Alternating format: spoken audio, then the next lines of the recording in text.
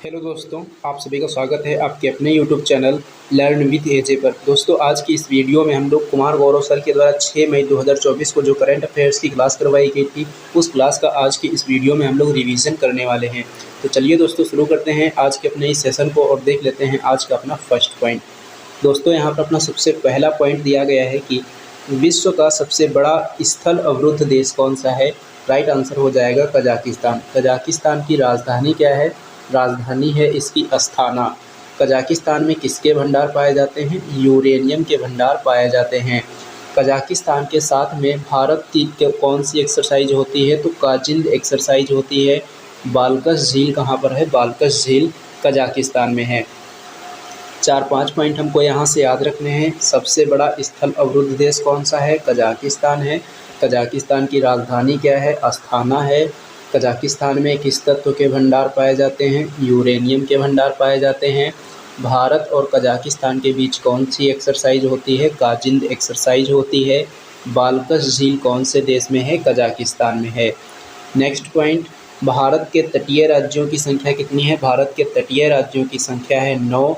9 राज्य कौन कौन से हैं? गुजरात, महाराष्ट्र, गोवा, कर्नाटक, केरल, तमिलनाडु, आंध्र प्रदेश, उड़ीसा और वेस्ट बंगाल। ये 9 राज्य जो हैं भारत के तटीय राज्य हैं।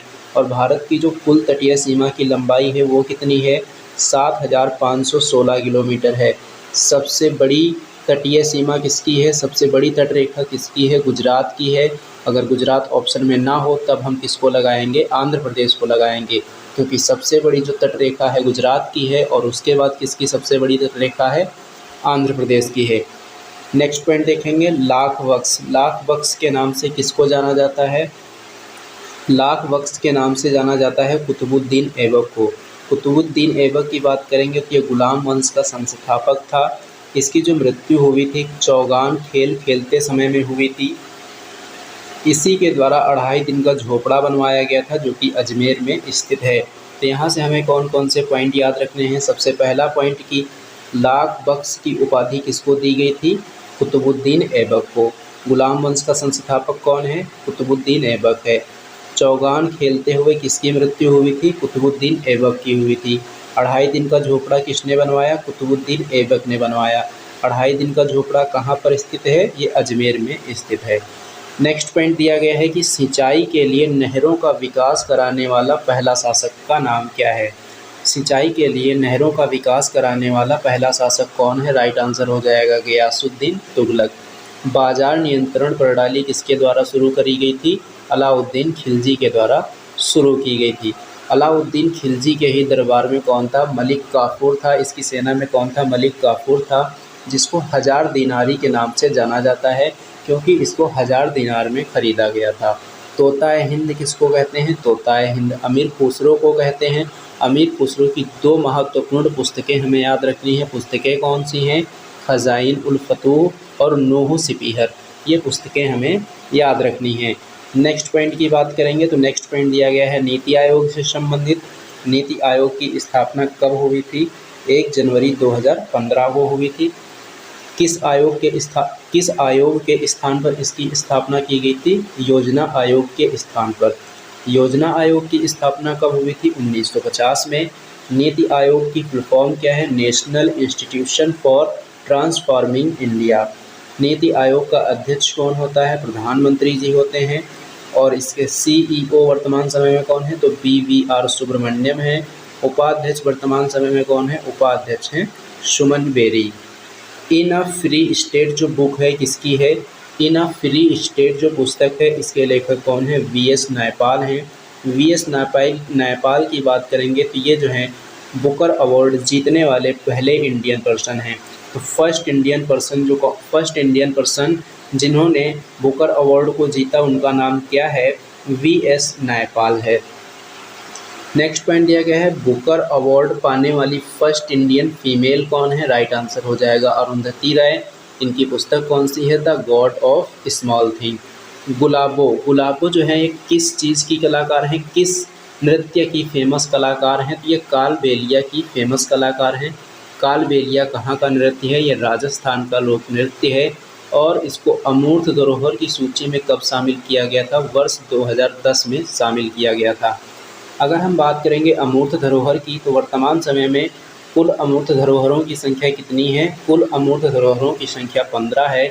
और नवीनतम अमूर्त धरोहर कौन सी है? नवीनतम अमूर्त धरोहर जो है गरबा है। गरबा कहाँ का है? गुजरात का है। नेक्स्ट पॉइंट की बात करेंगे तो नेक्स्ट पॉइंट यहाँ पर दिया गया है राइडर कप। राइडर कप किस खेल से संबंधित है? गोल्फ से संबंधित है। अब गोल्फ प्लेयर कुछ फेमस हैं, जैसे कि टाइगर वुड्स और अदिति अशोक, ये दोनों नाम हमें याद रखने हैं। प्रश्न सीधे सीधे पूछा जा सकता है कि टाइगर वुड्स का संबंध किस खेल से है, तो क्या बताना होगा? गोल्फ से। इसी प्रकार से पूछा जा सकता है कि अदिति अशोक का संबंध कौन से खेल से है, तो बताना होगा गोल्फ से। अगला क्वेश्चन दिया गया है भारतीय संविधान के आर्टिकल नंबर 350 के अनुसार भाषाई अल्पसंख्यकों के लिए विशेष अधिकारी की नियुक्ति कौन करता है? राइट आंसर हो जाएगा राष्ट्रपति। अगर हम बात करेंगे भाग नंबर 17 की, तो भाग नंबर जो 17 है किससे संबंधित है? ये राजभाषा से संबंधित है। आर्टिकल इसमें कौन कौन से हैं? आर्टिकल नंबर 343 से लेकर 351 तक इसमें आर्टिकल दिए गए हैं। तो यहाँ से दो प्रश्न पूछे जा सकते हैं कि भाग 17 में कौन कौन से आर्टिकल हैं। तो आर्टिकल नंबर 343 से लेकर आर्टिकल नंबर 351 तक के जो आर्टिकल हैं किस भाग में हैं? भाग नंबर 17 में हैं। भाग नंबर 17 में किसका उल्लेख किया गया है? राजभाषा का उल्लेख किया गया है। अब कुछ इम्पोर्टेंट आर्टिकल यहाँ से देखेंगे, जैसे कि article number 343, article number 344, article number 350A, article number 351। तो ये कुछ आर्टिकल हैं जो हमें याद रखने हैं। सबसे पहला आर्टिकल है आर्टिकल नंबर 343। इसमें जो है संघ की राजभाषा का उल्लेख किया गया है। किसका उल्लेख किया गया है? संघ की राजभाषा का उल्लेख किया गया है। आर्टिकल नंबर 344 में क्या कहा गया है कि जो संघ की राजभाषा है उसके विकास के लिए एक आयोग बनाया जाएगा, और ये जो आयोग है किसके द्वारा बनाया जाएगा? राष्ट्रपति के द्वारा बनाया जाएगा। नेक्स्ट आर्टिकल है आर्टिकल नंबर 350A। इसमें क्या किया गया है? इसमें जो है मातृभाषा का उल्लेख किया गया है। अगला प्रश्न है आर्टिकल नंबर 351। आर्टिकल नंबर 351 जो है हिंदी के प्रचार प्रसार से संबंधित है। बीजी खरे आयोग का गठन कब हुआ था? 1956 में हुआ था। यह एक भाषा आयोग है। कैसा आयोग है? भाषा आयोग है। नेक्स्ट पॉइंट यहाँ पर दिया गया है कि नेत्र लेंस जो है किसी वस्तु का जो प्रतिबिंब बनाता है रेटिना पर, वह प्रतिबिंब किस प्रकार का होता है? तो वह जो है प्रतिबिंब वास्तविक व उल्टा होता है। अगला प्रश्न दिया गया है कि धुआंधार जलप्रपात कौन सी नदी पर है? ये नर्मदा नदी पर है। जबलपुर कौन सी नदी के किनारे है? तो ये नर्मदा नदी के किनारे स्थित है। ओंकारेश्वर बांध कौन सी नदी पर है? ये भी नर्मदा नदी पर है। अगला प्रश्न है कि भारत में वर्तमान में कुल कितनी राष्ट्रीय राजनीतिक पार्टियां हैं? राइट आंसर हो जाएगा कि भारत में जो है वर्तमान समय में कुल 6 राष्ट्रीय राजनीतिक पार्टियां हैं। राष्ट्रीय राजनीतिक पार्टियों के इनके नाम क्या हैं? ये जो 6 पार्टियां हैं इनके नाम क्या हैं? एक तो हो जाएगी बीजेपी भारतीय जनता पार्टी, दूसरी हो जाएगी कांग्रेस, तीसरी हो जाएगी CPI यानी कि कम्युनिस्ट पार्टी ऑफ इंडिया, चौथी हो जाएगी NPP नेशनल पीपल्स पार्टी, पाँचवीं हो जाएगी BSP यानी कि बहुजन समाजवादी पार्टी, छठी पार्टी हो जाएगी आम आदमी पार्टी। ये जो 6 पार्टियां हैं कैसी पार्टियां हैं? राष्ट्रीय राजनीतिक पार्टियां हैं। नेक्स्ट पॉइंट दिया गया है आर्टिकल नंबर 51। ये किससे संबंधित है? ये जो है अंतर्राष्ट्रीय शांति से संबंधित है, और ये जो है DPSP का भाग है। DPSP की बात करेंगे तो इसका उल्लेख भाग नंबर 4 में किया गया है। आर्टिकल कौन से हैं इसमें? तो आर्टिकल नंबर 36 से लेकर आर्टिकल नंबर 51 तक के जितने भी आर्टिकल हैं वो सभी के सभी DPSP से संबंधित हैं। और DPSP को भारत के संविधान ने किस देश के संविधान से अपनाया है? तो आयरलैंड के संविधान से अपनाया है। अगला पॉइंट दिया गया है सर्वाइकल कैंसर। सर्वाइकल कैंसर जो है कौन से वायरस के कारण होता है? तो ह्यूमन पैपिलोमा वायरस के कारण ये होता है। सर्वाइकल कैंसर की वैक्सीन किसने बनाई है? तो सर्वावैक्स वैक्सीन है, जो कि सीरम इंस्टीट्यूट ऑफ इंडिया जो कि पुणे में स्थित है उसके द्वारा ये वैक्सीन बनाई गई है। नेक्स्ट पॉइंट यहाँ पर दिया गया है Bombay high court, Calcutta high court और मद्रास हाई कोर्ट की स्थापना कब हुई थी? तो इसकी स्थापना 1861 के अधिनियम के द्वारा हुई थी। उसी के बाद में इलाहाबाद हाई कोर्ट की स्थापना होती है, जो कि 1866 में की जाती है। अगला प्रश्न दिया गया है कि किन जंतुओं की आरबीसी में केंद्रक पाया जाता है, तो आंसर हो जाएगा ऊंट और लामा। वैसे अगर सामान्यतः देखा जाए तो जंतुओं की आरबीसी में केंद्रक नहीं पाया जाता है, लेकिन ऊंट और लामा ऐसे जंतु जिनकी आरबीसी में केंद्रक पाया जाता है। अगला प्रश्न दिया गया है आर्टिकल नंबर 21 से। आर्टिकल नंबर 21A जो है इसको 86वें संविधान संशोधन के द्वारा वर्ष 2002 में जोड़ा गया था और ये किससे संबंधित है? फ्री और कंपलसरी एजुकेशन से संबंधित है, यानी कि मुफ्त और अनिवार्य शिक्षा से संबंधित है। और ये मुफ्त और अनिवार्य शिक्षा किस उम्र के बच्चों के लिए है? तो 6 वर्ष से लेकर 14 वर्ष के लिए जो बच्चे हैं उनके लिए मुफ्त और अनिवार्य शिक्षा की बात करता है। अगला प्रश्न दिया गया है भारत शासन अधिनियम 1858 का है। इसकी जो घोषणा है उसको किसने पढ़ा था? कैनिंग के द्वारा पढ़ा गया था। कहाँ पर? इलाहाबाद में। अगला पॉइंट दिया गया है कि वर्ष का पहला ग्रैंड स्लैम कौन सा है? तो वर्ष का पहला ग्रैंड स्लैम है ऑस्ट्रेलियन ओपन। 4 ग्रैंड स्लैम खेले जाते हैं। एक होता है ऑस्ट्रेलियन ओपन, दूसरा होता है फ्रेंच ओपन, तीसरा होता है विंबलडन ओपन, चौथा होता है यूएस ओपन।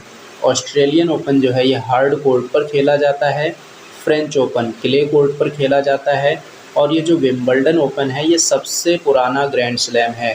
तो प्रश्न अगर पूछा जाए कि सबसे पुराना ग्रैंड स्लैम कौन सा है तो राइट आंसर हो जाएगा विंबलडन। और वर्ष का पहला ग्रैंड स्लैम कौन सा है तो आंसर हो जाएगा ऑस्ट्रेलियन ओपन।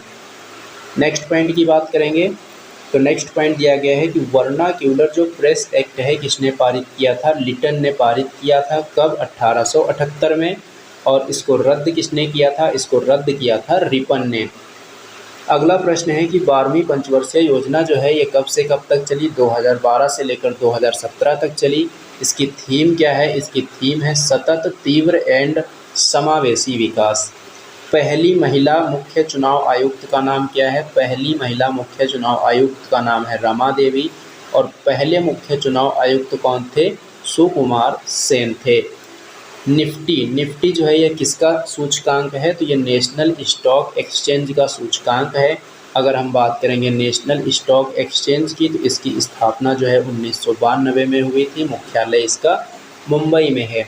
इसी प्रकार से है बॉम्बे स्टॉक एक्सचेंज, इसकी स्थापना 1875 में हुई थी और इसका जो सूचकांक है वो कौन सा है? सेंसेक्स है। इसका मुख्यालय कहाँ है? मुख्यालय इसका मुंबई में है। नेक्स्ट पॉइंट दिया गया है कि सीओपी फर्स्ट कब हुआ था और कहाँ हुआ था? तो 1995 को बर्लिन में हुआ था। सीओपी 8 कब और कहाँ हुआ था? तो 2002 को न्यू दिल्ली में हुआ था। और अभी हाल फिलहाल में COP28 का आयोजन कहाँ पर किया गया? यूएई में किया गया। नेक्स्ट पॉइंट की बात करेंगे, दाचिंगम राष्ट्रीय उद्यान कहाँ है? जम्मू कश्मीर में है। और इसी दाचिंगम राष्ट्रीय उद्यान में क्या पाया जाता है? हंगुल पाया जाता है। संघाई हिरण कहाँ का है? संघाई हिरण मणिपुर से संबंधित है। नेक्स्ट पॉइंट है ओजोन को मापने की इकाई क्या है? ओजोन को मापने की इकाई है डॉप्सन। ओजोन परत के संरक्षण के लिए एक प्रोटोकॉल होता है जिसका नाम है मॉन्ट्रियल प्रोटोकॉल। कब हुआ था? 16 सितंबर 1987 को हुआ था। मॉन्ट्रियल नाम का स्थान कहाँ पर है? ये कनाडा में है। 16 सितंबर को कौन सा दिवस मनाते हैं? ओजोन परत संरक्षण दिवस मनाया जाता है। किसी भी इकोसिस्टम में जो ऊर्जा का पिरामिड होता है वो कैसा होता है? वो जो है सदैव और सदैव कैसा होता है? सीधा होता है।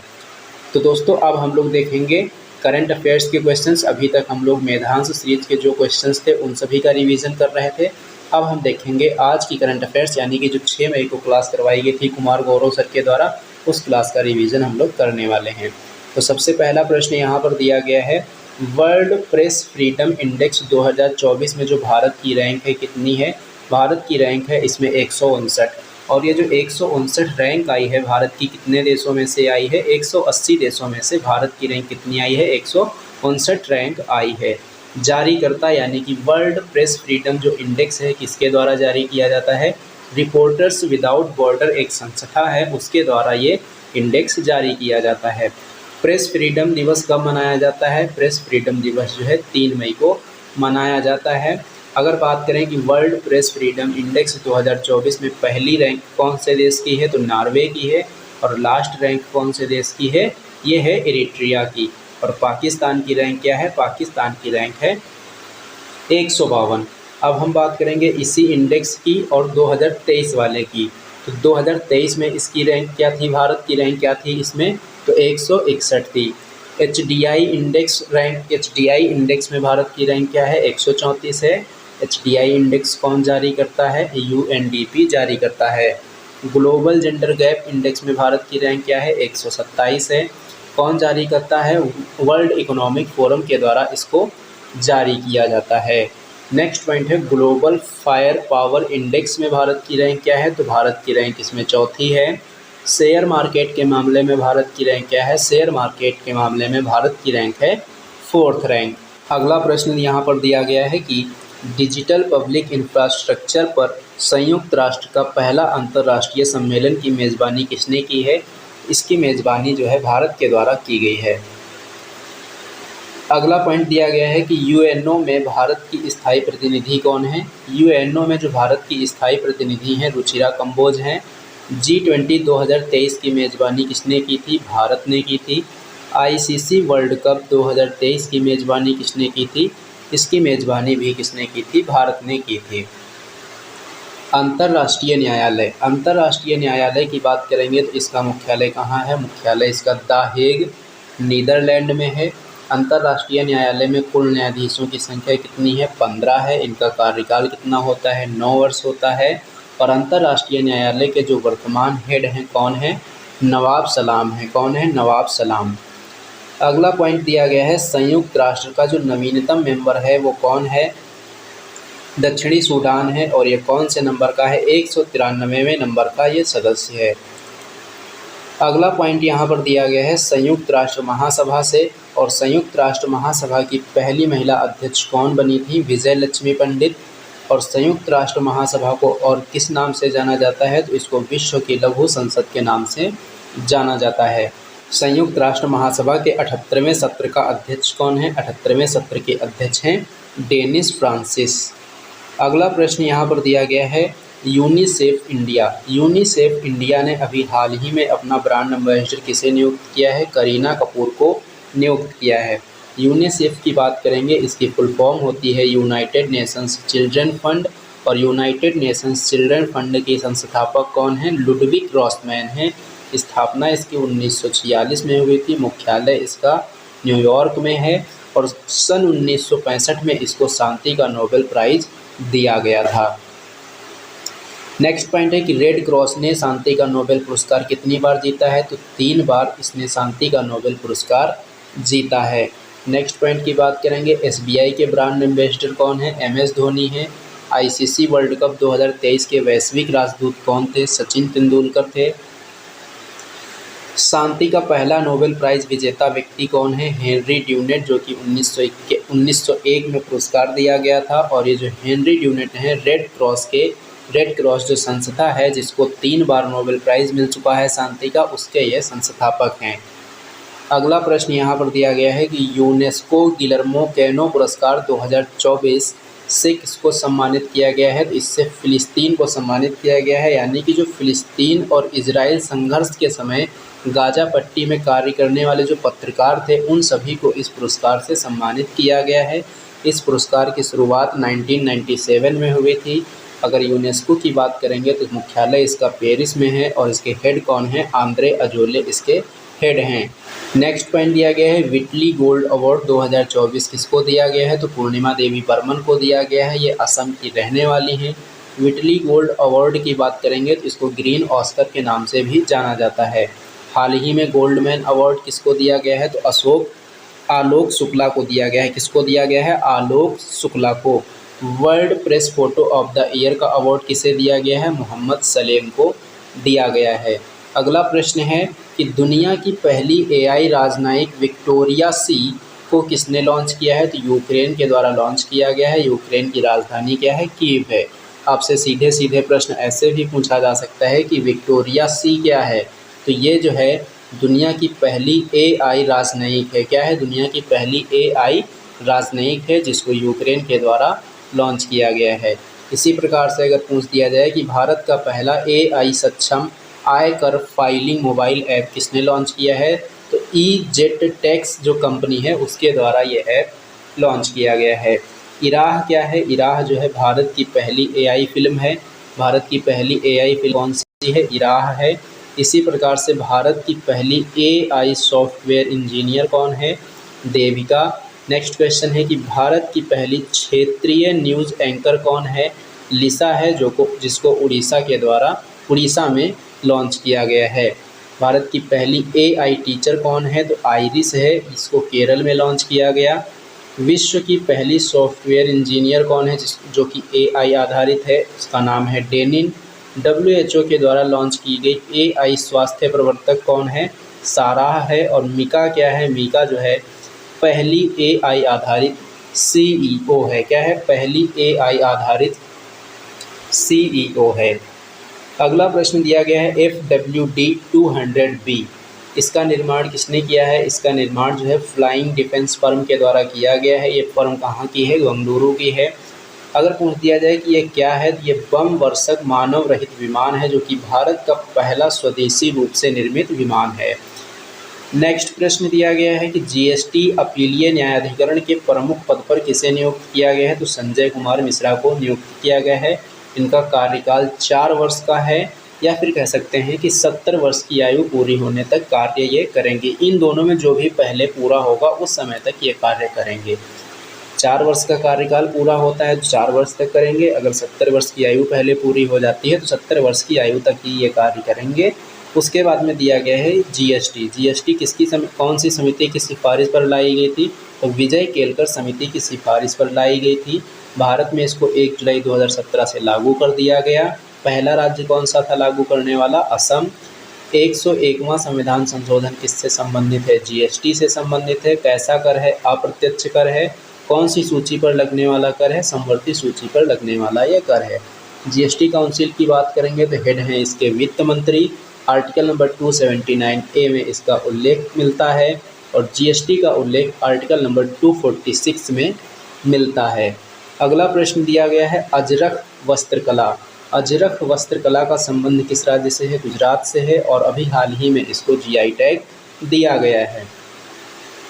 जीआई टैग की बात करेंगे तो अधिनियम इसका 1999 का है। पहला जीआई टैग जो है दार्जिलिंग की चाय को दिया गया था। कब? 2004 में। और जीआई टैग जो है 10 वर्षों के लिए दिया जाता है। सर्वाधिक जीआई टैग प्राप्त राज्य कौन सा है? उत्तर प्रदेश। दूसरे नंबर पर तमिलनाडु। अगला प्रश्न दिया गया है कि हाल ही में केंद्र सरकार ने कहाँ के 8 रेलवे स्टेशनों के नाम में परिवर्तन किया है? उत्तर हो जाएगा उत्तर प्रदेश। आज का लास्ट क्वेश्चन है T20 विश्व कप के लिए आईसीसी ने मैच रेफरी किसे नियुक्त किया है? तो जवागल श्रीनाथ को नियुक्त किया है। किसको नियुक्त किया है? जवागल श्रीनाथ को। T20 वर्ल्ड कप 2024 की बात करेंगे तो इसका आयोजन अमेरिका और वेस्ट इंडीज़ के द्वारा किया जाएगा। संस्करण कौन सा है इसका? ये 9वां है। थीम सॉन्ग का टाइटल क्या है? Out of this world. क्या है? Out of this world. T20 world cup अगर पहली बार पूछा जाए कब खेला गया? 2007 में। किसके द्वारा आयोजित किया गया? साउथ अफ्रीका के द्वारा, यानी कि साउथ अफ्रीका में।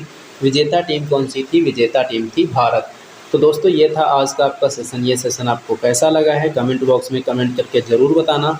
अगर ये सेशन आपको पसंद आया हो तो इसे लाइक करना और इसे अपने दोस्तों में ज़्यादा से ज़्यादा शेयर भी करना। तो चलिए दोस्तों अब हम लोग मिलते हैं एक नेक्स्ट वीडियो में।